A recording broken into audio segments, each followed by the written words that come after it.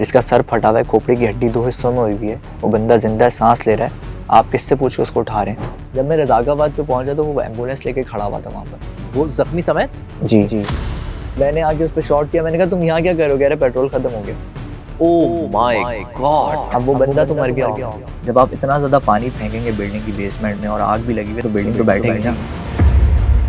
किसी ने आकर कहा कि यार मुझे ज़रा देना, और वीडियो बन रही है और उसने उठा के उसको दे दिया और वो भी पानी मार रहा है। तो बाहर दीवारों पे पानी मार रहे थे। एग्जैक्टली, ये कूलिंग कर रहे थे, ये पहले ही कूलिंग कर रहे थे, जो आखिरी स्टेप था वो पहले वो कर रहे थे। बहुत ज़्यादा पानी बहाना भी नहीं चाहिए।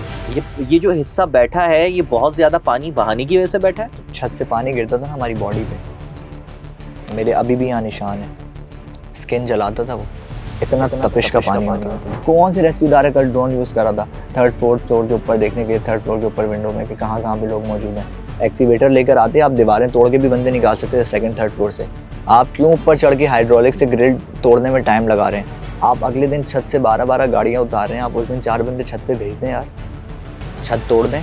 आपने तो ऐसा कुछ भी नहीं किया, आप उन्हीं 2 दरवाज़ों में घुसे रहे, बस ये 2 दरवाजे, ये 2 दरवाजे। पैनिक की वजह क्या है? कोई एक कमांड नहीं होती? एग्जैक्टली, हमारे पास कोई एक कमांड नहीं है। एक कमांड एंड कंट्रोल सेंटर नहीं है, इंटरनेशनली बैंड है, आप मलबे पे नहीं चढ़ सकते। वो जो बंदा फंसा हुआ है पूरी बॉडी उसकी मलबे के तले, हो सकता है कहीं कहीं से उसका जगह मिली हुई है सांस लेने की, वो बंद हो जाती है। ये जो सारी एनजीओज हैं, क्या ये एक्सपर्ट हैं? पहली डेड बॉडी पे 2 एनजीओज की आपस में लड़ाई हुई, हम लेके जाएंगे, हम लेके जाएंगे। लास्ट पे किस बात की लड़ाई? क्या बेनिफिट? बेनिफिट्स यही है, मीडिया। आप देखेंगे कि आप काम कर रहे हैं, आप लेकर जा रहे हैं, ग्रांट्स लगी हुई इनकी गवर्नमेंट ऑफ सिंस करोड़ों रुपए की। बाहर के मुल्क में हो तो उल्टे लटके हुए, बाखुदा मैं आपको बता रहा हूँ। तो इस कल्चर को अगर आप नहीं बदलेंगे तो ये तो एक गुल प्लाजा है, ये तो हर 15 दिन बाद गुल प्लाजा होता रहेगा यहाँ पर। आप लोगों को तो फर्क ही नहीं पड़ता है। मतलब यहाँ पर ये होता है कि यार तुम जल्दी से जैकेट पहनो, हमारी वेस्ट पहनो और पहुँच जाओ वहाँ जल्दी से, हमारा वहाँ होना बहुत ज़रूरी है। आपके पास हेलमेट नहीं है, आप किसी के बच्चे को जो है वो आप ख़तरे में डाल रहे हैं। कराची और अगर लाहौर का हम मवाजना करें तो कौन सा किस जगह पर ज़्यादा बेहतर? बिस्मिल्लाहिर्रहमानिर्रहीम, अस्सलाम वालेकुम। अच्छा, अभी जो हम इस वक्त बात कर रहे हैं तो गुल प्लाज़ा में तकरीबन 29 लाशें जो है वो निकाली जा चुकी हैं और 60 के करीब लोग कह रहे हैं कि अब भी लापता हैं, उससे ज़्यादा भी हो सकते हैं। लेकिन इसमें इम्पॉर्टेंट क्या है? इम्पॉर्टेंट ये है कि हादसा हो गया, हादसा होने के बाद बहुत बेहंगम तरीके से उसको डील किया गया। ये इससे पहले मैं डॉक्यूमेंट्री जो मेन चैनल पर डाली है उसमें भी बता चुका हूँ। आज की पॉडकास्ट का मतलब ये है, मकसद ये है, हम गलती करें लेकिन नई गलती करें, अपने हिस्से की गलती करें। हमारे यहाँ क्या होता है, हादसा होता है, वाक़या रुनुमा होता है और फिर गलती वही दोहराई जाती है, नई गलती नहीं होती। इसका मतलब ये है कि हमने कुछ सीखा नहीं है और हम बगैर सीखे आगे बढ़े जा रहे हैं, भेड़ भेड़ बकरियों की तरह, जानवरों की तरह। अल्लाह माफ़ करे, बोलना नहीं चाहिए, लेकिन हम इसी तरीके से आगे बढ़े जा रहे हैं। इस हादसे में क्या क्या गलतियां थीं, उनको कैसे सुधारा जा सकता है ताकि हम वो गलतियां दोबारा रिपीट ना करें। हमारे इदारे, हमारे रेस्क्यू, हमारे हुक्मरानों, हुकूमत के इदारे, वो तमाम लोग, मैं चाहता हूं कि आज की पॉडकास्ट को आप तमाम लोग भी बहुत गौर से सुने और आप लोग भी बराए मेहरबानी, आवाम भी, जिस तरीके से वहाँ पर हुजूम लगाए हुए थे, जिस तरीके से वहाँ पर खड़े हुए थे, अपनी मर्जी से घुसे जा रहे थे जिसने जहाँ घुसना है, क्या ये ठीक है? आज की पॉडकास्ट हम कर रहे हैं रेस्क्यू का पोस्टमार्टम, और उसके लिए वो मैं नहीं कर सकता, मैं एक्सपर्ट नहीं हूँ, मुझे नहीं पता। उसके लिए हमने दावत दी है, रेस्क्यू एक्सपर्ट हैं अली सुहेब साहब। अस्सलाम वालेकुम। वालेकुम सलाम। कैसे हैं अली भाई? मैं बिल्कुल ठीक ठाक। पहला सवाल ये, रेस्क्यू हो सकता था या नहीं हो सकता था? हो सकता था तो क्या हम नाकाम रहे और किस तरीके से नाकाम रहे? ये जो ऑपरेशन था ये ऑफेंसिव था, सॉरी डिफेंसिव था। ऑफेंसिव नहीं था, 2 तरह के ऑपरेशंस होते हैं, अच्छा। ऑफेंसिव और डिफेंसिव। जब वाकया रिपोर्ट होता है हाँ। उसी टाइम पे, जो हॉटलाइन पे वाकया रिपोर्ट होता है उसी टाइम के ऊपर जो है ना वो इनिशिएट ले लिया जाता है कि ऑपरेशन की कैटेगरी क्या होगी। लॉजिस्टिक्स वाले सामान प्रोवाइड कर देते हैं और सीन साइज अप किया जाता है, किन रूट से आपकी गाड़ियाँ जाएंगी, कौन कौन वहाँ पे टीम्स पहुँचेंगी, कमांड एंड कंट्रोल कौन संभालेगा, किन किन टीम्स को हमने अपने साथ शामिल करना है। और उसके बाद सेक्टर्स के अंदर काम होता है, उस बिल्डिंग के अच्छा। सेक्टर्स के अंदर काम होता है, मुख्तलिफ सेक्टर्स होते हैं। गेट तक जो है वो आइडेंटिफाई किए जाते हैं, एवैक्यूएशन का गेट कौन सा है, फायर फाइटर्स का गेट कौन सा है, जो कि डेड बॉडीज़ निकालनी है उसके लिए कौन सा है, एमरजेंसी के लिए इंटरवेंशन का गेट कौन सा है। आप कैसे काम करेंगे कराची में, आप मुझे बताएं कि जब आपके पास एग्जैक्ट नंबर ही नहीं आ रहा, आपको सिर्फ कॉल आती है यहाँ आग लग गई, जो मैप अथॉरिटी ने अप्रूव किया होता है उसमें चेंजिंग्स हो चुकी होती हैं। आपने जिस मैप को फॉलो करना है, अगर मैं कहीं पर जाता हूँ ऑपरेशन करने के लिए तो मैं कोई डायरेक्शन फॉलो करूंगा ना, मुझे कैसे पता चलेगा मैं अपने लोगों को कैसे खतरे में डाल दूं अंदर, जबकि मुझे ही नहीं पता अंदर क्या चल रहा है। आपकी इस बिल्डिंग के 16 दरवाजे थे जो ऑन रिकॉर्ड है, गुल प्लाजा के, गोल्ड प्लाजा ठीक के, है, जिसमें से 14 दरवाजे बंद थे। 10:36 पे ये रिपोर्ट हुआ है। जो 10 छुट्टी का टाइम था ना, इसलिए एंड टाइम पे बंद हो जाते हैं दरवाजे खुल भी तो अमूमन। सकते हैं, आप मेरी बात तो समझे, खुल भी तो सकते हैं। उसके बाद लाइट चले गई जो वहाँ रिपोर्ट हुआ है। जब लाइट चले गई तो इस तरह की जो बिल्डिंग्स होती हैं जिनकी बेसमेंट में खास तौर पर आग लगती है, बेसमेंट का गलत यूज़ करते हैं लोग, स्टॉक जमा करते रहते हैं, करते रहते हैं।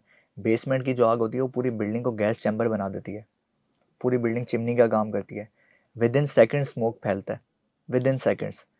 तो जब ये आग फैली होगी, जो मेरा एनालिसिस है, जब ये आग थोड़ी सी भी फैली होगी तो वेंटिलेशन का कोई सिस्टम नहीं था वहाँ पर, दरवाजे सारे के सारे बंद थे। कई जगह ऐसी हैं जहाँ पे ग्रिल्स लगी हुई थी, लोग ब्लाइंड हो गए होंगे बिल्कुल, उनको बाहर निकलने का रास्ता ही नहीं मिला होगा। अब यहाँ जिम्मेदारी आती है रेस्क्यूअर्स की। ठीक है, अंदर तो जो होना था हो गया। कुछ कह रहे हैं कि हम लोग अंदर, हमारे अपने यूनियन के लोग गए, वो किसी ने 250 लोगों को निकाला, किसी ने 300 को निकाला, फिर वो वापस नहीं आया। जो सबसे पहली कॉल होती है ना, सबसे पहली जो कॉल होती है उसकी जिम्मेदार पुलिस होती है, जो सबसे पहली कॉल होती है। अच्छा, जी, कैसे समझाएं जरा? पुलिस आती है, पुलिस आकर उस पूरे एरिया को कॉर्डन ऑफ करती है। अच्छा, यहीं से शुरू कीजिएगा। मैं यहाँ पर आप लोगों को ये मेंशन कर दूं कि इस पॉडकास्ट का मतलब ये है कि आप तमाम लोग भी, जैसे हमने बात की हुक्मरानों की, आप तमाम लोग भी खुदा न खास्ता कोई हादसा होता है आपके अतराफ में तो आप सीख सकें कि एक्चुअली करना क्या होता है, एसओपी क्या होते हैं, तरीक़ा कार क्या होता है, किसी भी चीज़ से निपटने का एक तरीका होता है, वो तरीक़ा कार का क्या होता है वो हम समझ रहे हैं। सबसे पहले, अब ये हादसा हुआ, सबसे पहले पुलिस पहुंचती है, क्योंकि पुलिस सबसे करीबी होती है। कोई भी थाना रिलेट जो कर रहा होगा वो पहुंच जाएगा, वो वहाँ पहुँच जाता है।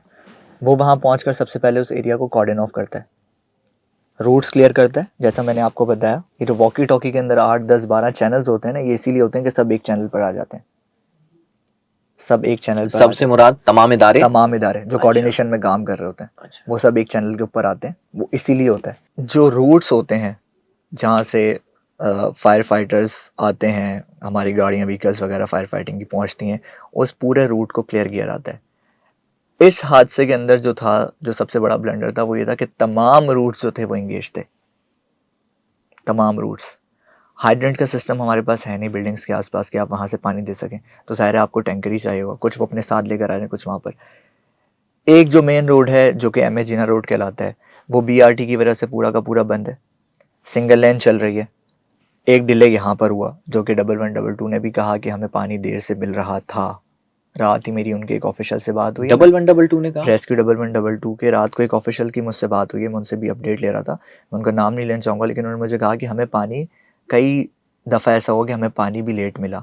लेकिन सवाल ये है कि इतनी सारी मशीनरी ले जाकर आपने कितने लोगों को रिकवर किया? अगर तो जो कि रेस्क्यू 1112 ने रात को मुझसे कहा कि हम डिफेंसिव पे थे, तो इसका मतलब ये था कि उनके सारे रेस्क्यूअर्स बाहर थे। अच्छा, इसमें भी एक चीज़ मैं आपको बताऊं, देखें, अर्बन सर्च एंड रेस्क्यू और फायर फाइटिंग दोनों अलग हैं। अच्छा, ठीक है, फायर फाइटर्स जब फायर फाइटिंग कर लेते हैं, आग बुझ जाती है, गो हेड दिया जाता है, फिर उसका अगला फेस है सर्च एंड रेस्क्यू का। अच्छा, ठीक है, उसका अगला फेस है सर्च एंड रेस्क्यू। हाँ, तो वो तो लाजमी सी बात है, कैसे जाएंगे वो अंदर, वो जब आग ही नहीं बुझी थी। हाँ हाँ जी, अर्बन सर्च एंड रेस्क्यू वाले नहीं जा सकते, लेकिन फायर फाइटर्स जा सकते हैं अंदर जी। 150 से 200 डिग्री सेल्सियस में भी जा सकते हैं। और यहाँ कितना था? यहाँ पर होगा 100-150 तो होगा ही, डेफिनेटली होगा। जब आग अपने पूरी इतनी हीट थी कि पूरी बिल्डिंग बिठा दी। एग्जैक्टली। उसकी और भी 3-4 वजूहात हैं। जब आप इतना ज़्यादा पानी फेंकेंगे बिल्डिंग की बेसमेंट में और आग भी लगी हुई है, तो बिल्डिंग तो बैठेगी ना। जहाँ 4 टैंकर यूज होने हैं, वहाँ पर आप 12 से पानी फेंकेंगे तो बिल्डिंग ने तो गिरना ही है। तो नहीं तो क्या करते, पानी तो मारना था ना आग बुझाने के लिए, और क्या तरीका हो सकता था? PPV फैंस होते हैं, वेंटिलेशन बनाई जाती है। यही कोई इंटरनेशनल इदारा होता ना, टू बी वेरी ऑनेस्ट, आपको देखने में मज़ा आता। उसकी एक एग्जांपल दिखाऊं आपको? जी दिखाइए। ऑफेंसिव टैक्टिक्स किस तरह से होती हैं, टेक्निक्स किस तरह से काम होती है। अब एक यहाँ पे ये एंट्रेंस बनाएंगे, ठीक है, एक एग्जिट बनेगी। अच्छा। धुआं जो बिल्डिंग में मौजूद है, आपके किचन के अंदर क्या होता है, धुआं जमा हो जाता है, आप क्या करते हैं, एग्जॉस्ट फैन ऑन करते हैं। बिल्कुल ठीक है। ये तो सबको पता है। बिल्कुल ठीक है। अब इस बिल्डिंग में भी जमा हो गया धुआं। अच्छा। अभी आग बेसमेंट पर है, सही है। अब धुआं जमा हो गया। ठीक है।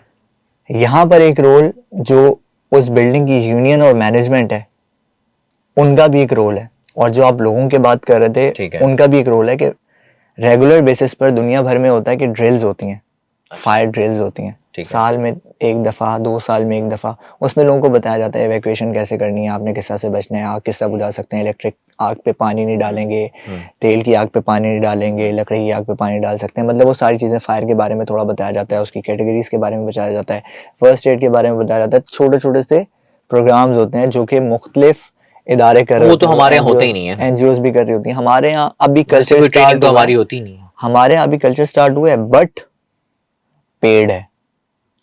आपको बड़ी बड़ी कंपनीज में एक्सरसाइज नजर आएंगी। फर्स्ट एड की भी जो एक दौर में फ्री हुआ करता था वो भी अब पेड है, ठीक है। हमारे यहाँ तो कमर्शियल है ना, आपको पता है सारी चीजें। तो अब इसमें क्या है कि आप ये देखें कि ये लोग एक साइड से भी अंदर घुसेंगे, ये इन्होंने सबसे आगे पहले आगे पीपीवी ये फैन, दरमियान में इस ये मकाम पर आग लगी हुई है और ये बता रहा है विंड हवा जो है वो इस तरफ की है। इस तरफ की। ठीक अब है। इसके कितने कंपाउंड्स हैं, 1 2 3 4 5 6, ठीक है। सेंटर के कंपाउंड में आग लगी हुई है, ठीक है। धुआं आहिस्ता आहिस्ता सारे कंपाउंड्स में फैल रहा है। ठीक है। बाकी यही कुछ हुआ है, हम इसको एग्जाम्पल के तौर पर रखते हैं। गुल प्लाजा में भी कुछ ऐसा ही हुआ है। ठीक है। अब धुआं हर फ्लोर में फैल रहा है। सही है। अब आपने वेंटिलेशन देनी है धुएं को निकलने के लिए, ठीक है। सही है। वो आप देखें, बहुत ज्यादा कर देंगे ऑक्सीजन मिलेगी, ब्लास्ट भी हो सकता है। ये कैलकुलेशन जो है ना, ये टेक्निकल लोग करते हैं जो वहाँ फील्ड पे मौजूद होते हैं, कि धुएं का रंग देखते हैं, कितना ज़्यादा स्मोक है, कहाँ पर जमा हो रहा है, कितनी वेंटिलेशन देनी है, सारी कैलकुलेशन होती है जो टॉप मैनेजमेंट होती है। वो बेस्ड ऑन एक्सपीरियंस कैलकुलेशन करते हैं, उसके बाद वेंटिलेशन देते हैं। यहाँ तो हुआ ही नहीं ना, यहाँ तो आपने पहले डिसाइड कर लिया डिफेंसिव है। अगर आप मुझे एक बात दें, आप कह रहे हैं 10:36 पे हमें कॉल मिली है हॉट पे, 10:52 पे आप थे, हमें जो कॉल मिली बेसमेंट की थी, बेसमेंट की शॉप थी या फर्स्ट फ्लोर की शॉप थी, आप 52 पे पहुंचे, आप कह रहे हैं 1200 दुकान है, एसबीएस से कह रहे हैं हमने 1121 अप्रूव की थी, आपने 1200 क्यों बनाई? जब आपने 1200 बनाई इसका मतलब ये कि आपने जो एक्स्ट्रा इलेक्ट्रिसिटी प्रोवाइड की, आपने एक्स्ट्रा लोड डाला उस बिल्डिंग पे, आपने वो जो एग्जिट के रास्ते थे उनको कम कंजेस्टेड कर दिया होगा। वो ये क्लेम कर रहे हैं, ये क्लेम कर रहे हैं।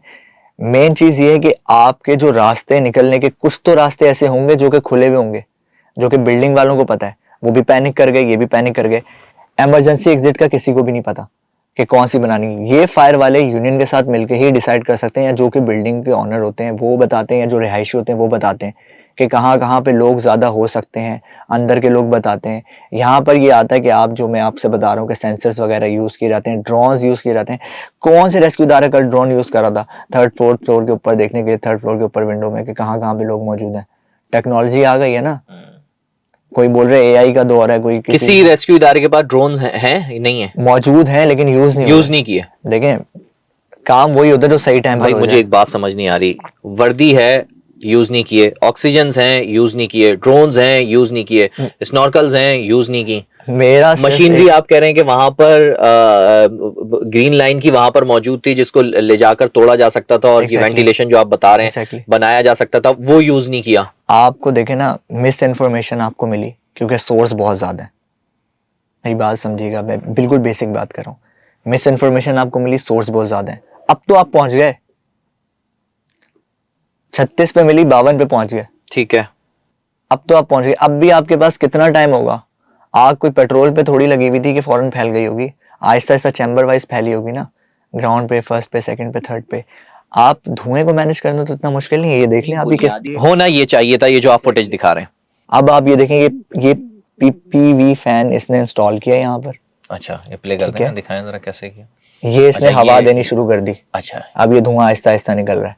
अब ये फायर फाइटर्स घुसे साथ। ओके, यानी कि पहले पीपीवी फैन लगते हैं, एग्जैक्टली, जो कि स्मोक को, धुएं को जी आगे की तरफ धकेलते हैं, करते हैं। ठीक है। उसके बाद फायर फाइटर्स घुसे। फायर फाइटर्स जो अपना पानी का आसान, मैं आपको अगर समझाने की कोशिश करूं कि वो उसको पानी को फूल की तरह खोल देते हैं।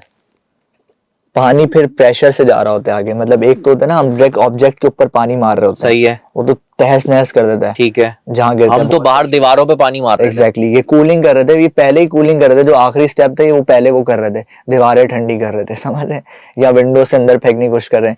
मुझे आप बताएं, मैंने वहां पे ऐसा भी देखा कि किसी ने आकर कहा कि यार मुझे जरा देना, और वीडियो बन रही है और उसने उठा के उसको दे दिया, और वो भी पानी मार रहा है।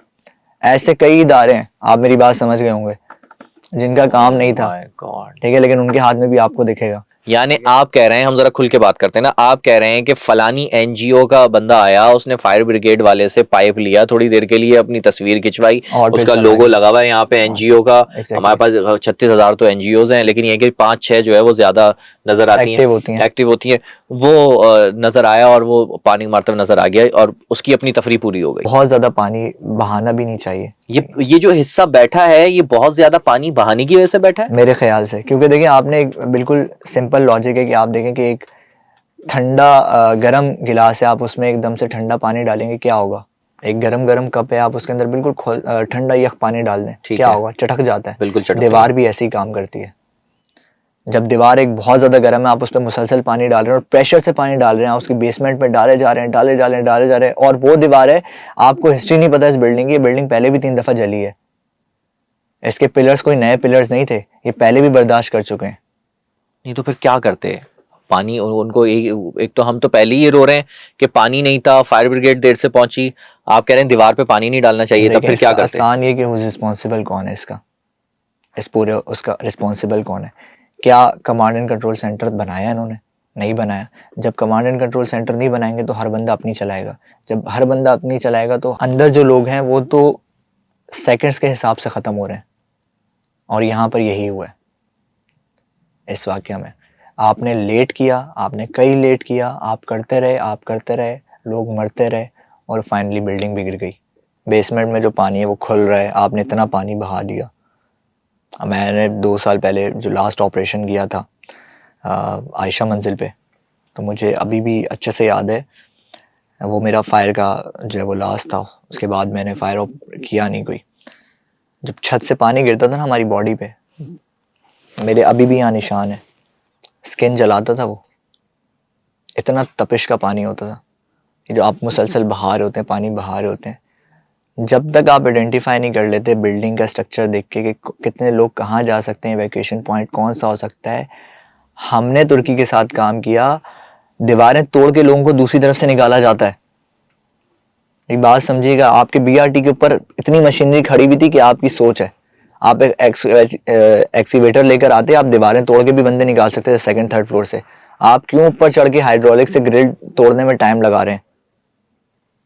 इतनी मशीनरी है वहां पे बीआरटी के लिए जो इस्तेमाल हो रही है, बड़ी बड़ी क्रेन्स हैं। आप अगले दिन छत से 12-12 गाड़ियां उतार रहे हैं, आप उस दिन 4 बंदे छत पे भेज दें यार, छत तोड़ दें। आपने तो ऐसा कुछ भी नहीं किया, आप उन्हीं 2 दरवाजों में घुसे रहे, बस ये 2 दरवाजे, ये 2 दरवाजे। वहां से कैसे कोई निकलेगा? बेसमेंट की आग थी 1st फ्लोर पे, तो वो 15-20 मिनट में ही फैल गई होगी। प्लास्टिक वहां पर है, कपड़ा वहां पर है, फोम वहां पर है, ऑयल वॉयल भी होगा मेरे ख्याल से, लेकिन ये कॉस्मेटिक्स वगैरह तो आग इस तरह पकड़ती हैं कि फ्लेम बहुत शदीद होता है इसका। अब आप लोगों को ये बोल रहे हैं कि सर्च एंड रेस्क्यू हम कर रहे हैं, होना ये चाहिए था, ये जो आप फुटेज दिखा रहे हैं ये ख़त्म हो गया। अब यहाँ से आप जो है वो आराम से सर्च एंड रेस्क्यू कर सकते हैं। धुआं निकल गया, आपको पता चल गया आग कहाँ कहाँ तक है।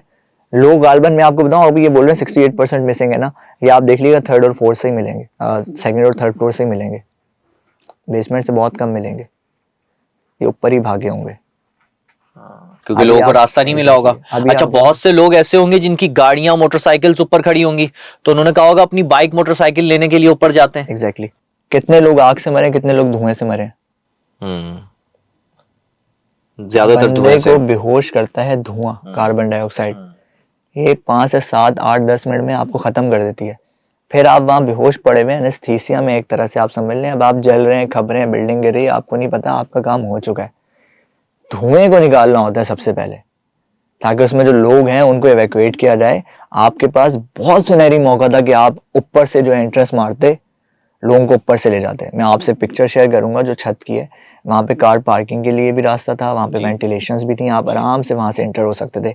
जितनी भी कार पार्किंग का जो ट्रैक बना हुआ होता है वो हर फ्लोर पे खुलता है, ऐसा होता है। ये तो 3 मंजिल थी ना, जो ठीक है। रैंप बना हुआ होता है उसके एक ना एक हाँ, एंट्रेंस वो हर होती है, फ्लोर पे हर उसकी एंट्रेंस होती है, खुलती बिल्कुल है, ठीक है। ठीक है। आप उसको भी यूटिलाइज कर सकते थे, यानी छत से आ सकते थे। छत से भी आ सकते थे, और आप साइड से जो उसकी एंट्रेंस है जहाँ से गाड़ियां जाती हैं, बिल्कुल बिल्डिंग के साइड में रास्ता बना होता है, आप वो भी यूज कर सकते थे। और ये रेस्क्यू 1112 रेस्क्यू ये कर 1112 सकते थे। भी कर सकती थी। इसके साथ urban search and rescue KMC का जो है वो भी कर रहे थे। दे आर हाईली वो थे इक्विप्ड और वहाँ? Expert, exactly. उन्हीं का फुरकान जो लड़का शहीद हुआ है वो उन्हीं का ही है, हाँ, लेकिन he was fire fighter I think, exactly है ना? बट उसको डिफेंसिव क्या अलाउ किसने किया?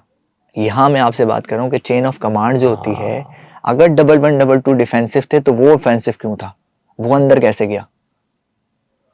ओके, आप ये फर्क बता रहे हैं कि वहां उस वक्त रेस्क्यू 1112 डिफेंसिव था, डिफेंसिव था। डिफेंसिव से मुराद है कि जी बाहर बाहर था रहना है, जी, अपना डिफेंस करना है, और फिर बाद में डिफेंसिव स्ट्रेटजी थी इनकी, डिफेंसिव स्ट्रेटेजी थी। उसकी वजह थी कि आग पर काबू नहीं पाया गया था, एग्जैक्टली यही बात है। जी। लेकिन आप कह रहे हैं फिर डिफेंसिव स्ट्रेटेजी थी, तो फिर फायर फाइटर अंदर जाने की यूएसएआर इजाजत केएमसी किसने का दी? जो यूएसएआर है, अर्बन सर्च एंड रेस्क्यू, वो एक अलग इदारा है, ठीक है। कोऑर्डिनेशन का फुकदान है, लियारी में भी आपने देखा, ठीक है। कोऑर्डिनेशन का फुकदान है, जब भी कोई हादसा रिपोर्ट होता है एनजीओ समेत जितने इदारे हैं सब पहुंच जाते हैं। आपने सीए से भी, जो पीसीसी हो गया पाकिस्तान सिविल एविएशन, आपने वहां से भी स्नॉकलर मंगवा लिया। हम्म, हालांकि एयरपोर्ट बहुत ज्यादा बिजी होता है, हम्म, आपने उसको भी कॉम्प्रोमाइज कर दिया पैनिक में आके। वहां से 25 किलोमीटर दूर से भी आपने गाड़ी मंगवा ली, हालांकि आपके पास में हाइड्रेंट्स हैं, आप यहाँ से भी रिफिल करवा सकते थे। तो पैनिक के अंदर चीजें इतनी जल्दी जल्दी खराब होती हैं, और आग 2 से 2.5 मिनट आग के लिए बहुत है। उस पैनिक की वजह क्या है? कोई एक कमांड नहीं होती? एग्जैक्टली, हमारे पास कोई एक कमांड नहीं है। एक कमांड एंड कंट्रोल सेंटर नहीं है किसी एक को। अब तक गवर्नमेंट ऑफ सिंध ने ये नहीं कहा कि ये आपका डोमेन है, आपसे सवाल होगा। एनजीओ वाला अपने पेज पे चला रहा है, अगर इस दौरान उसका कोई शख्स शहीद हो गया तो उनके लिए अच्छा हो गया। एनजीओ से मुराद, अच्छा, नॉन गवर्नमेंटल ऑर्गेनाइजेशन नहीं नहीं, नॉन गवर्नमेंटल ऑर्गेनाइजेशन तो है जो वहां पर जो मौजूद थी। वो उनमें कौन कौन थे, जैसे कि अब मिसाल के आप तौर पर? उनमें तो अगर आप देखें तो आपको जैसे मिसाल के तौर पर हम नाम ले लेते हैं, अच्छा काम कर रहे हैं, ईदी चले गए, चीपा चले गए, जेडीसी चले गए, अल खिदमत थी, अल खिदमत थी, ठीक है। ठीक है। अब और आप ये अपनी मर्जी से काम करते हैं, एग्जैक्टली ये डायरेक्शन पे चलते हैं कि जो गवर्नमेंट के किसी कमांड एंड कंट्रोल सिस्टम के? नहीं, उसकी वजह है क्योंकि वो वहां पे स्टैब्लिश ही नहीं होता। अगर कोई कॉर्डन ऑफ हो, पुलिस खड़ी हुई हो, आपको पीछे कर रही हो, आपने अंदर जाना हो, तो आपको किसी की इजाजत चाहिए ना। वो कौन देगा? वो कौन देगा? उसके लिए तो गवर्नमेंट अपना कोई बंदा वहां बिठाएगी ना, और वो नहीं है, वो है ही नहीं यहाँ पे।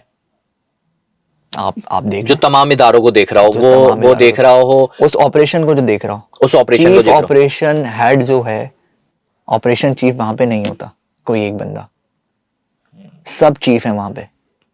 फ्रीलांसर भी चीफ है, आप भी चीफ है, मैं भी चीफ हूँ, जो गुजर रहा है वो भी चीफ है, जिसको जो अपनी समझ मर्जी में से आ रहा जो समझ आ रहा है वो कर ले वो। है। इससे लोग मरते हैं, गलत फैसले होते हैं, शोर होता है। लियारी का हादसा हुआ, उसमें लाइन सर्च के दौरान जो है वो हम क्या करते हैं कि हम लोग वॉइस करते हैं, आवाज़ लगाते हैं कि यहाँ कोई मौजूद है, हम आपकी मदद के लिए आए हैं। मलबा जब सैंडविच बन जाता है, एक के ऊपर दूसरी आ रही है, आपकी मदद के लिए आए हैं, अगर आप हमें सुन रहे हैं तो आप हमें आवाज़ दें। उसके बाद फिर जो है सेंसर्स वगैरह नेक्स्ट स्टेप में आता है। लियारी में भी आपने देखा कि लोग जो हैं वो मलबे के ऊपर चढ़े हुए थे शुरू के 2 दिन तक। आप पिक्चर्स उठा के देख लें, वीडियोस उठा के देख लें, उनको कोई हटाने वाला नहीं था।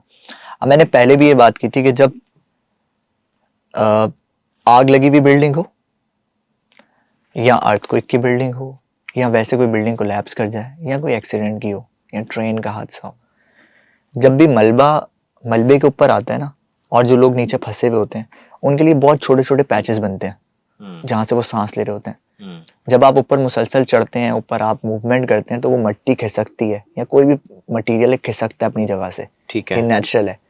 वो जो बंदा फंसा हुआ है, पूरी बॉडी उसकी मलबे के तले, हो सकता है कहीं कहीं से उसका जगह मिली हुई है सांस लेने की, वो बंद हो जाती है। इंटरनेशनली बैंड है, आप मलबे पे नहीं चढ़ सकते, लेकिन आपको हमारे यहाँ नजर आता है। ये तो चढ़े हुए थे हमारे यहाँ। आप आज भी देख लें, आज भी चढ़े हुए होंगे। हाँ, मैं अभी गया था, मैंने देखा ठीक है। वो मलबे पे चढ़ के ही वो निकाल रहे थे चीजें, वो ऊपर से क्रेन उठा रही थी। अब आपको और वो किसने ऊपर से बताया कि वहां मलबे के नीचे कोई भी नहीं है? आप मुझे बताएं। कि आप नंबर पहले कह रहे हैं चलो ऊपर ऊपर देख लेते हैं, इधर उधर देख लेते हैं, फिर आप मतलब अब तक आपको ये नहीं समझ में आया तो कि मलबे पर चढ़े बगैर कैसे काम करते हैं? सेंसर्स वगैरह हमारे पास है, 1112 के पास हैं, अर्बन हमने सर्च यूज एंड किए रेस्क्यू यहाँ वालों के पर। पास भी है जी, कर रहे थे, सेंसर यूज कर रहे थे। उस सेंसर से क्या पता चलता है? सेंसर से पता चलता है कि कोई अलाइव है या नहीं है, लेकिन इस्तेमाल उसका किस टाइम पर होगा वो बड़ा मैटर करता है। अगर आप देख रहे हैं कि बॉडी टेम्परेचर से ज़्यादा हीट है तो सेंसर यूज़ करने का कोई फ़ायदा नहीं है, लेकिन अगर आप दिखाने के लिए यूज़ कर रहे हैं तो एक अलग बात है। मतलब आप मीडिया पे बता रहे हैं कि टेम्परेचर अभी भी अंदर जो है ना वो 100 डिग्री का है, हम अंदर जा नहीं पा रहे, लेकिन बाहर आप सेंसर जो है वो लगा के बैठे हुए हैं, आप लोगों को दिखा रहे हैं। To be very fire safety uniform पहनकर अंदर जाया जा सकता था। आप ये कह रहे हैं कि डिफेंसिव नहीं होना चाहिए था, ऑफेंसिव होना चाहिए था, अंदर जाना चाहिए था फायर सेफ्टी यूनिफॉर्म पहनकर, गॉगल्स पहनकर। मैं क्या करता हाँ, आप क्या करते हैं? मैं सबसे पहले सीन साइज अप करता, ठीक है। मैं पता करवाता, मुझे ये बताओ ये बिल्डिंग कितने एकड़ पर बनी हुई है, सही है, कौन कौन से रूट्स हैं।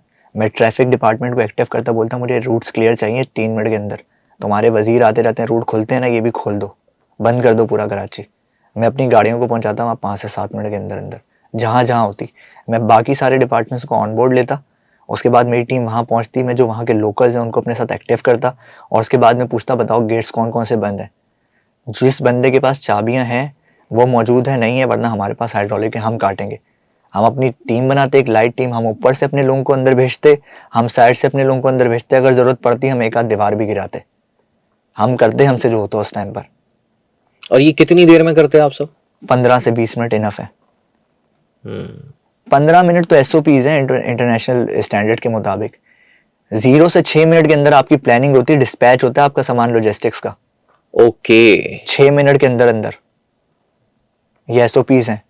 आप वहां पहुंच गए और मैं वहां पहुंचता तो मैं क्लियरली कह देता कि मुझे यहाँ पे कोई रेलेवेंट बंदा नहीं चाहिए, सबको बाहर कर दें आप, हम कर रहे हैं, हमारा काम है। देखिए ना, रेस्क्यू 1112 का जो बंदा है ना वो 6 महीने की ट्रेनिंग लेकर आता है लाहौर से, बड़ी टफ ट्रेनिंग है। अच्छा, फायर फाइटिंग की। ऐसी अर्बन सर्च एंड रेस्क्यू वाले जो KMC के हैं, ये मुशर्रफ दौर में इनको बनाया गया था जब कश्मीर का ज़ल्ज़ला आया था, इनको गोरों ने ट्रेंड किया हुआ है, दे आर हाईली इक्विप्ड, ये भी बहुत तगड़े हैं।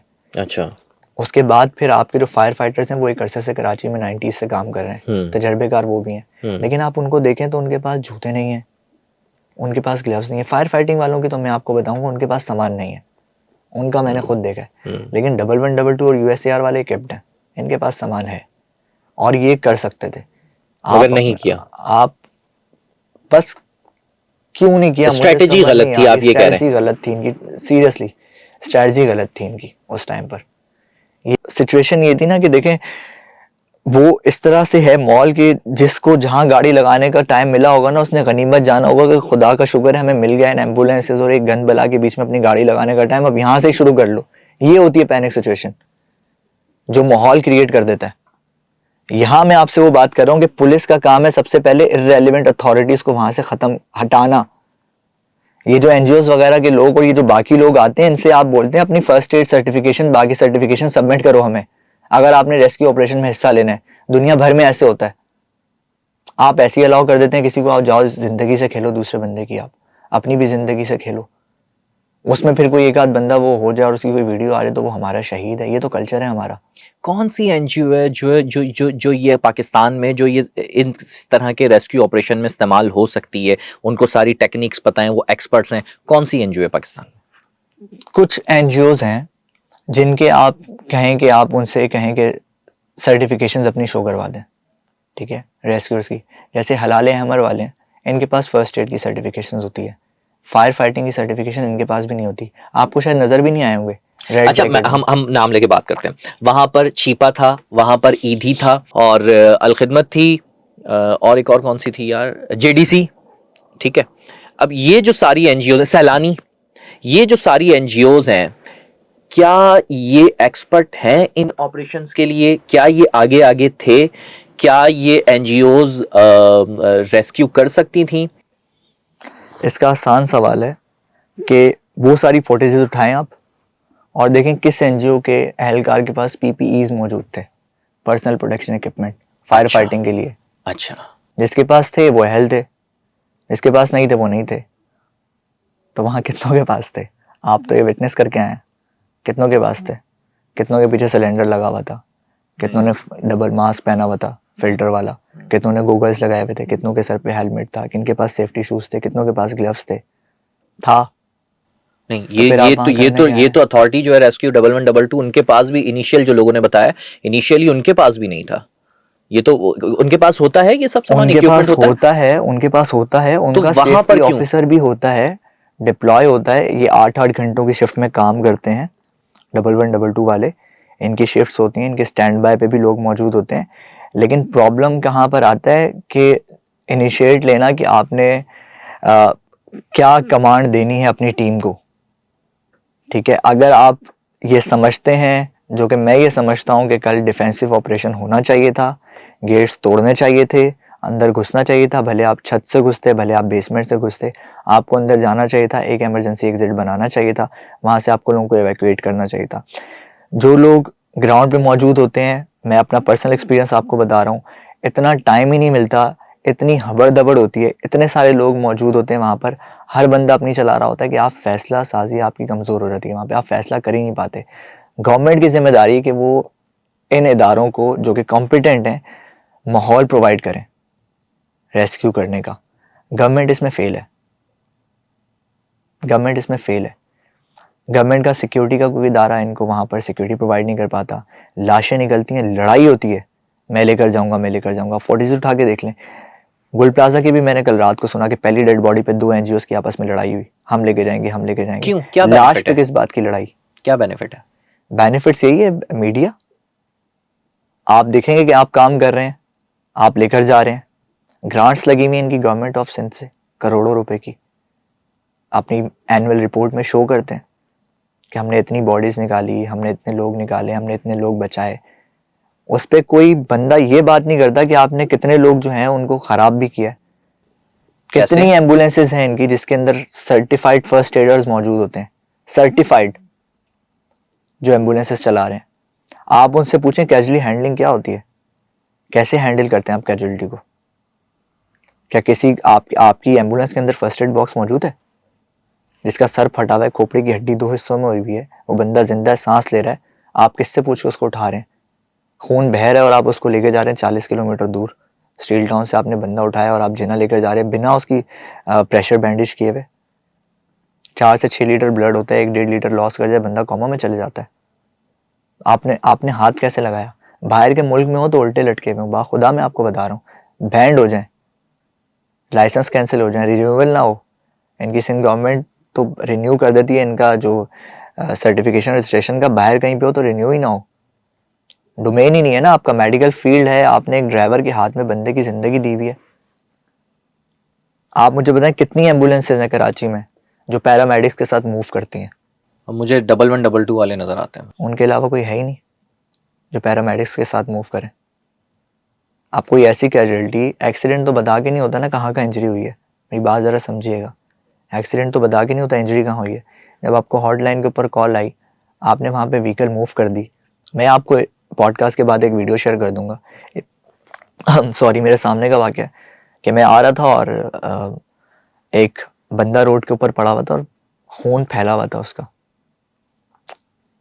मैं रॉन्ग वे आया वापस, मैं शायद इस ज़िंदगी में कभी रॉन्ग वे गया हूँगा, मैं रॉन्ग वे आया, वहाँ पर मैंने गाड़ी अपनी बाइक रोकी, बाइक से उतरा, अब तक लोग जमा थे कि ये मौसूफ आए गाड़ी लेकर। इन्होंने कुछ नहीं चेक किया उसको, मेरे कौन? हाथ लगाने से भी एम्बुलेंस, एक हमारी एनजीओ ही है, काम करती हैं, कल भी आपको नजर आए होंगे, आए, इन्होंने हाथ भी नहीं लगाया उस बंदे को कि चेक भी नहीं किया कि किस तरह से चेक करना है, जिंदा है नहीं है, सांस ले रहा है, चौक तो नहीं हुआ हुआ, रिकवरी में डाल दूं। क्योंकि जब बंदा बेहोश होता है ना, जो जबान होती है ये मसल है, क्योंकि फोल्ड हो जाता है, सांस बंद हो जाता है। जब आप बेहोशी में चले जाते हैं तो जबान फोल्ड होकर पैसेज ऑक्सीजन का बंद कर देती है, उसमें रिकवरी पोजीशन में डालते हैं, यहाँ पर हाथ रखकर ऊपर करते हैं तो पैच खुल जाता है, सांस लेता है बंदा, ये प्रोटोकॉल है। मैंने उसको ये करते हुए भी नहीं देखा, ना उसको पट्टी बांधते हुए देखा।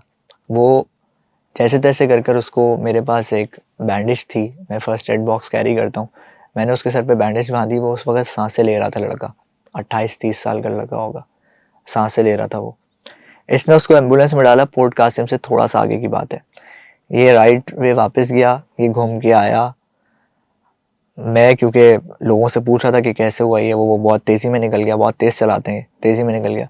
जब मैं रज़ाकाबाद पे पहुंचा तो वो एम्बुलेंस लेके खड़ा हुआ था वहाँ पर। वो जख्मी समेत? जी, वो एम्बुलेंस लेके वहाँ पे खड़ा हुआ था। तो मैं आगे निकल गया, फिर मैं विंडो से नज़र पड़ गई मेरी कि ये तो वही कैजुअल्टी है। और मैं फिर वापस आया दोबारा रॉन्ग, और मैंने आके उस पर शॉट किया। मैंने कहा तुम यहाँ क्या कर रहे हो? कह रहे पेट्रोल खत्म हो गया। Oh my God. अब वो बंदा तो मर गया होगा, मैं लिटरली आपको बता रहा हूँ, वो बंदा मर गया होगा जिस तरह से उसकी ब्लीडिंग हो रही थी। वो 1-1.5 लीटर तो वो वहाँ रोड पे बहा चुका था। फिर इनका लोहे का स्ट्रेचर, उसके ऊपर भी उसका खून ही खून था। मेरी बैंडेज से भी लीक कर रहा था, खोपड़ी की हड्डी यहाँ से टूटी हुई थी, पूरा पीस अलग हुआ हुआ था, खून ब्लीडिंग ब्लीडिंग ब्लीडिंग हो रही थी वहाँ पे। फिर मैं गुस्सा किया, मैंने वीडियो बनाई। फिर वो अंडर प्रेशर आया। उसके बाद वो उसने कहा पेट्रोल आ रहा है, बस आ रहा है। फिर एक दूसरी एम्बुलेंस आई, उसने उसको गैलन दी, पेशेंट शिफ्ट नहीं किया, उसी में भरा, और फिर ये गया वहाँ से। ठीक है, अब उसके घर वालों को भी नहीं पता कि हमारा जो फ़र्द है वो गलत हैंडलिंग की वजह से मारा गया है। इस तरह 5 से 7 बजे के दरमियान जब कराची में रोड एक्सीडेंट्स होते हैं, जब कोरंगी में, औरंगी में, लांडी में, शार फैसल पे बाइकर्स निकलते हैं जब ऑफिसेस से, कुछ अपनी भी गलतियाँ होती हैं, कुछ दूसरों की भी गलती होती है। जब ये पीक टाइम है, जब एक्सीडेंट्स होते हैं, कितनी एम्बुलेंस मूव हो रही होती हैं एक के बाद एक। क्या कभी किसी ने इनसे पूछा, या कभी किसी ने जिना जाके पूछा कि आपने क्या हैंडल किया हमारे पेशेंट को, किस हाल में आया था जो डेड हो गया, कौन लेकर आया था इसको, कहाँ लेकर जाना चाहिए था? कभी इस पर कोई बोर्ड बैठा है? कभी किसी ने डिमांड किया है? लोग भी यूज टू हो गए हैं। तो इस कल्चर को अगर आप नहीं बदलेंगे तो ये तो एक गुल प्लाजा, ये तो हर 15 दिन बाद गुल प्लाजा होता रहेगा यहाँ पर। आप लोगों को तो फर्क ही नहीं पड़ता है। मतलब आप कह रहे हैं कि ये जो एनजीओस का ये जो जितनी भी हमारी एम्बुलेंस चल रही हैं, वो ज्यादातर मरीज ऐसे होते हैं कि वो गलत ट्रीटमेंट की वजह से उनकी मौत हो जाती है। एग्जैक्टली, आप यही कह रहे हैं? देखिए, अच्छा, अब हम वापस आते हैं। हाँ, कुछ ऐड करना चाह रहे हैं? Perfect man for the perfect job, ये आपने सुना होगा। ठीक है, जो आपका डोमेन नहीं है, जो काम आपको आता नहीं है, वो काम आप जब तक सीख नहीं लेते उसको मत करें। एनजीओज बहुत अच्छे अच्छे काम करती रही हैं, इससे पहले भी, अब भी, लेकिन मुख्तलिफ सिनेरियोज में मुख्तलिफ रोल होते हैं। यहाँ पर एनजीओज का रोल मेरे हिसाब से ये था कि एनजीओज के जो एहलकार थे वो आते, रोड क्लियर करवाते, रेस्क्यूअर्स जो काम कर रहे हैं उनके पानी का ख्याल रखते, जो डेड बॉडीज़ निकल रही हैं उनकी फैमिलीज़ के साथ फैमिली रिस्टोरेशन प्रोग्राम के तहत वहाँ बैठते, कैंप्स लगाते, उनका डेटा कलेक्ट करते। रेस्क्यू एहलकार के आने से पहले पहले ये पहले पहुँच जाते हैं, तो ये बिल्डिंग के अंदर से डेटा कलेक्ट करते हैं, जो रियल टाइम डेटा होता है, कितने लोग अंदर मौजूद हैं, फायर एग्जिट्स कौन कौन सी हैं, क्या क्या है, ये वो सारा डेटा प्रोवाइड करते, एक पूरा सीन बना के उनको देते। ये इनकी जिम्मेदारी थी वहाँ पर। और अगर कोई डेड बॉडीज़ लेकर जानी है तो अपनी एम्बुलेंसेज उस एरिया से 100 से 80 मीटर दूर खड़ी कर देते बीआरटी के अंदर। इन्होंने वहाँ पर क्या किया हुआ था? ट्रैफिक जैम किया हुआ था, इनकी एम्बुलेंस खड़ी हुई थी, ठीक है, जिसकी वजह से मूवमेंट नहीं हो पा रही थी, पानी नहीं आ पा रहा था, लोगों का रश था। लेकिन जिसका अंदर होता है वो तो किसी के हाथ नहीं आता, वो तो कहता है मैं भी अंदर जाऊंगा, मैं खुद निकाल के ले आऊंगा। उनको अगर ट्रेंड बंदा सर्व करने में लग जाएगा कि वो उसको रोक रहा है, वो उसको रोक रहा है, तो फिर काम कौन करेगा? यहाँ पर वॉलेंटियर्स का काम आता है। वॉलेंटियर सपोर्ट के लिए होते हैं प्रोफेशनल्स की, और अगर वॉलेंटियर अपने आप को अपग्रेड करता है तो फिर वो प्रोफेशनल्स में आ जाता है, फिर वो ये काम कर सकता है। अब यहाँ पर आप ऑडिट करवा लें कि जितने भी रेस्क्यूअर्स थे, इनमें से कितनों ने फर्स्ट एड की ट्रेनिंग की हुई, कितनों ने फायर फाइटिंग के कोर्स किए हुए, कहाँ से किए हुए, किस इदारे का कोर्स इनके पास है, एक्सपीरियंस, प्रीवियस एक्सपीरियंस क्या, किस बेस पर आप वहाँ आए। मतलब यहाँ पर ये होता है कि यार तुम जल्दी से जैकेट पहनो, हमारी वेस्ट पहनो और पहुंच जाओ वहाँ जल्दी से, हमारा वहाँ होना बहुत ज़रूरी है। आपके पास हेलमेट नहीं है, आप किसी के बच्चे को जो है वो आप ख़तरे में डाल रहे हैं। बस आप वहां पर नजर आने चाहिए, आपका लोगो नजर आना चाहिए, ये हमारी एनजीओ की प्रायोरिटी है। अच्छा अली भाई, ये बताएं कि आपकी जो एनजीओज हैं, ये रेस्क्यू के जितने भी इदारे हैं, ऑब्वियसली ये जो है बाहर से फंड्स लेते हैं, पैसा इकट्ठा करते हैं और फिर उसके बाद ये लगाते हैं। बड़ी अच्छी बात है, होना चाहिए, लाजमत फंड लेंगे तो तभी काम करेंगे ना, और लेकिन काम भी होना चाहिए, लेकिन ये इसमें तो काम नजर नहीं आया। बहरहाल पूछना मैं ये चाह रहा हूँ कि जो पैसा देता है वो उम्मीद भी लगाता है कि हाँ जी कुछ डिलीवर करेंगे, तो बाहर हमारा इमेज क्या है, बैरून मुल्क जहाँ से हम फंड्स इकट्ठा करते हैं, इमेज क्या बना हुआ है कि वाकई ये डिलीवर कर रहे हैं? लेकिन ये ऐसे हादसा तो बाहर देखे जाते होंगे। अपने पर्सनल एक्सपीरियंस पे बता रहा हूँ कि मेरे साथ जो डेलीगेट्स रहे हैं पास्ट में, गो के वो जनरल असेंबली के रहे हों या दूसरे जो रेस्क्यू फोरम्स हैं उन पर जो लोग मेरे साथ कनेक्ट होते हैं, जिनसे हम चीज़ें सीखते हैं, एक दूसरे से शेयर करते हैं। बीइंग अ पाकिस्तानी में बहुत डिसअपॉइंट होता हूँ। क्या कहते हैं वो लोग? बैरून मुल्क क्या कहा जाता है हमारे स्टेट? मेरे एक साथ एक डेलीगेट थे, एक फॉरेनर, मैं उनकी कंट्री का नहीं आपको नाम शेयर कर रहा, तो उन्होंने कहा कि यार तुम लोग कितनी बेहुदा तरीके से जो है ना हैंडलिंग करते हो रेस्क्यू लियारी वाले वाकया पर। उन्होंने कहा कि तुम लोग कितनी बेहुदा तरीके से हैंडलिंग करते हो। तो फिर मैं उससे एक्सप्लेन करने लग गया कि हमारे पास तो जो वॉलेंटियर्स हैं वो हज़ारों की तादाद में, और हमारी कौम तो यकजा हो जाती है। तो उसने मुझे पता है क्या कहा? उसने कहा कि यकजा होके भी तुम लोग एक पेज पे नहीं हो क्या? तुम लोग यकजा होके भी क्या एक दूसरे को बताते नहीं हो कि काम किस तरह से करना है? और ये बात उसने मुझे किस बात पर बोली थी? जब वो वीडियोस आई थी कि लोग मलबे पे खड़े हुए थे, जो कि इनिशियल था, लाइन सर्च होना था, इनिशियल पॉइंट था, इनिशियल। जब आपको यही नहीं पता कि स्टार्ट कहाँ से लेना है तो आप एंड कहाँ करेंगे, आपको कैसे पता होगा? आप तो लगे हुए हैं बस जिस तरफ हवा चल रही है आप उस तरफ जा रहे हैं। नहीं तो हमारा जो रेस्क्यू सिस्टम है या रेस्क्यू के इदारे हैं, 1112 ले लें या बाकी जो एनजीओज वगैरह रेस्क्यू करती हैं, यहाँ पर कराची और अगर लाहौर का हम मवाजना करें तो कौन सा किस जगह पर ज्यादा बेहतर है? देखिए, Lahore are far better for us. अच्छा, एग्जैक्टली, बिकॉज लाहौर एक तो रेस्क्यू 1112 स्टार्ट वहाँ से हुआ, पंजाब से, ठीक है। मशीनरी वाइज, एक्सपीरियंस वाइज उनका रिस्पांस टाइम 8 से 10 मिनट है, हमारा 20 मिनट है।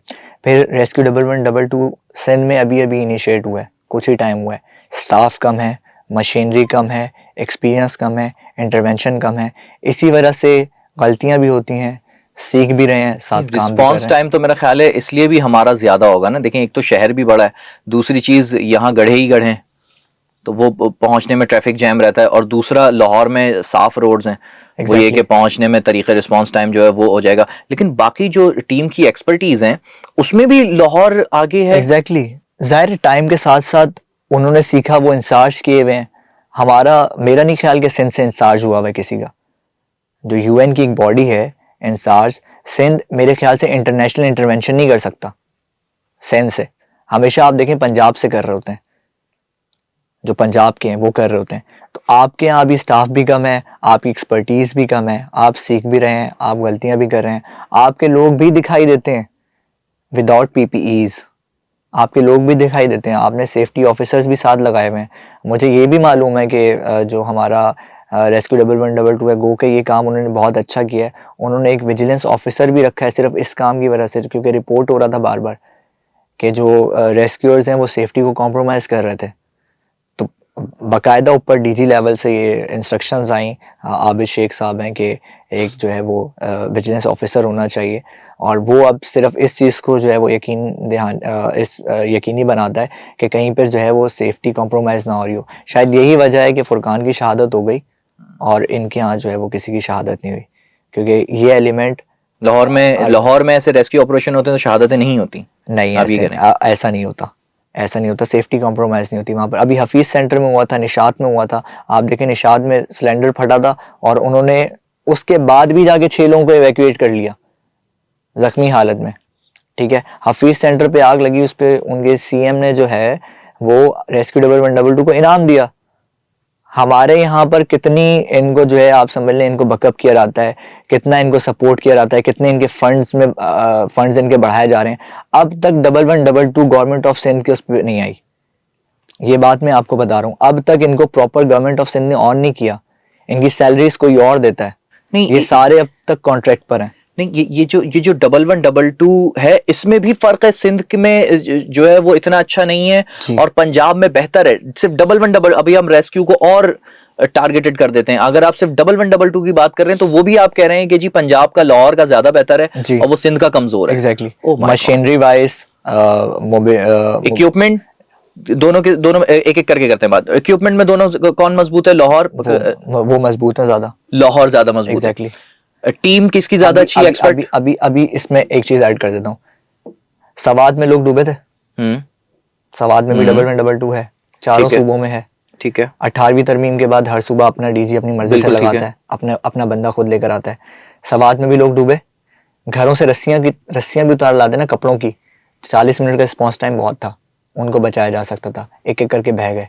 वहाँ पे 1112 थी, ये KPK की 1112 है। अब आप आ जाए लाहौर की, इंडिया ने पानी छोड़ा, सैलाब आया, ये ड्रोन्स लेकर आ गए, इन्होंने ड्रोन से बंदे उठाए, ये ड्रोन से ऑपरेशंस करते रहे, कौन कौन से गांव में कितने लोग हैं, नाइट ऑपरेशंस करते रहे, थर्मल कैमरास इंस्टॉल करवा दिए। गवर्नमेंट चाह रही थी ना कुछ करना, रिसोर्सेज प्रोवाइड कर रही थी, लोग काम कर रहे थे। आपके कल के ऑपरेशंस में कितने ड्रोन उड़ रहे थे? गवर्नमेंट ने क्या फैसिलिटी दी? मैं आपसे बार बार ये बात कर रहा हूँ कि देखें, आपने लोगों ने इरादा कर लिया कि मैं इस इदारे में जा रहा हूँ, मेरी जान भी जा सकती है, मैं जाके लोगों की जान बचाऊंगा, मैं 1112 में आ गया हूँ, मेरा यही एम और ऑब्जेक्टिव है, लोगों को निकालना। अब यहाँ गवर्नमेंट की जिम्मेदारी आती है कि गवर्नमेंट उनको कितना सपोर्ट करती है। आपने अब तक उनको परमानेंट नहीं किया, आपने जो है वो उनको रिसोर्सेज प्रॉपर प्रोवाइड नहीं करते, उनकी कहीं पे इंटरवेंशन होती है, वो कभी कहते हैं हमें पानी लेट मिल रहा था, वो कभी कहते हैं रास्ते जाम थे। आपने अभी तक उनको आप कभी उनको बिठाएं, उनसे पूछें तो सही उनको क्या चाहिए? वो हमेशा ये कहते हैं, हम वो भी क्या कहें, वो हमेशा कहते हैं हम अभी नए हैं, हम अभी नए हैं। लेकिन बात यह कि आपके नए या पुराने होने से जाने क्यों लोगों की जा रही हैं? अगर यही एक एक्सक्यूज है कि हम नए हैं तो चलो ठीक है, लोग मरते रहे, तो मेरे ख्याल से इस एक्सक्यूज की ये कोई जस्टिफाइड एक्सक्यूज नहीं है। देखिए, हादसात होते हैं, लेकिन हादसात होने के बाद आप करते क्या हैं? हमारे पास कोई प्लानिंग नहीं होती, हम रेडी नहीं हैं हादसात से निमटने के लिए। असल मसला ये है। तो हम कब रेडी होंगे? हमें आज अभी से रेडी होना पड़ेगा, ताकि खुदा न खास्ता, अल्लाह ना करे, कोई हादसा रूनुमा होता है तो उससे निमटने के लिए आपके पास ना सिर्फ वसाइल बल्कि लोग भी ट्रेंड मौजूद हों, और जो वसाइल हैं वो आप रखे हुए ना हों बल्कि उनको यूज़ भी कर रहे हों। Thank you so much.